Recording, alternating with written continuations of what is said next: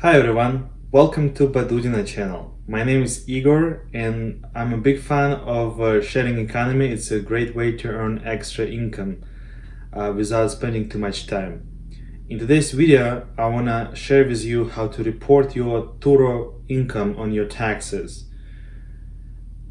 You should continue watching this video if you earn any money through Turo or any other car rental platform during the year, or you simply want to know how everything works up front.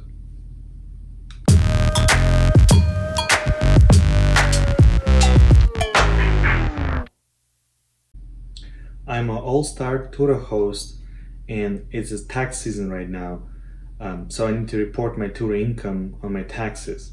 I started researching online how to properly do it, and I realized that there is not so much information available on that topic. So I decided to film that video to save some of your time. All I ask in return is to hit that like button. It helps out with YouTube algorithm to share this video with more people. If you know someone who is renting out the car, send them this video. I'm pretty sure it will be helpful for them. So, who should report car rental income to the IRS? If you earn any money, and I want to stress any money during the tax year, you need to report those money to IRS. It's a common mistake to not report your earnings below 600, but according to the IRS, only payer is not required to file for that money, but you as an individual is always liable to report any money you receive during the tax year. And now, disclaimer, I'm sharing my own experience and the information that I researched. If you are not sure what you're doing, you should consult with CPA or tax professional. Where to find complete information on how much money you made last year? In case of Turo, we have two options. Option number one, Turo should send you an email with a summary of your previous year earnings. Option number two,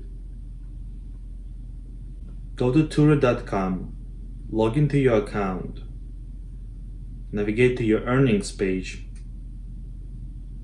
make sure to select the correct year, turn off your missed and upcoming earnings. Your total income for the year will be your earnings plus reimbursements minus all direct expenses. The direct expense will be considered as an expense that is directly related to income you made on a car rental. Example, car wash after rental, refilling gas tank after rental, repairs of the damage caused by renters. The new phone holder is not a direct expense unless the old one was broken by a renter. If you use car for personal reasons in addition to your car sharing business, you can only deduct expenses related to its business use. For example, if your car was used for car sharing on 186 days out of the year, or 50% of the time, that means you can deduct 50% of the total amount of your expenses, but you can deduct 100 of expenses that can exclusive to car sharing, such as car share setup cost. Now that we figured out what was your income for the past year, where do you report your income? It depends if you're self-employed and renting out the car was your business, or it was just a side hustle and you rented out for a few days. What is defined as a self-employment? The IRS defines self-employed individual as independent contractor, sole proprietor of the business, and individual engaged in a partnership. Additionally, you consider it self-employed if you made 400 or more in net earnings from self-employment. So, if you earn less than 400, it can be treated as a side hustle. If you earn more than 400, it's treated as a self-employment, which is all the income above 500 is subject to self-employment tax. If it's a side hustle, it needs to be reported on Form 1040, line 7A, and don't forget you need to also attach Schedule 1. Pay attention to Part 1, line 8. If car rental was a self-employment activity, like it was in my case, you need to report your Turo income on Schedule C of Form 1040. In Schedule C, you list all of your expenses related to the assets and the income.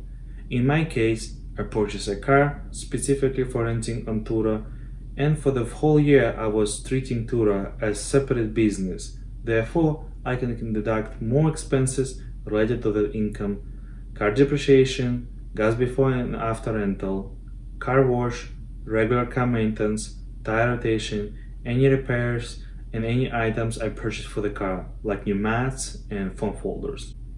Let me know what you guys think in the comment section below. If you have any questions, I will be happy to reply. Thank you so much for watching this video. I hope you enjoyed.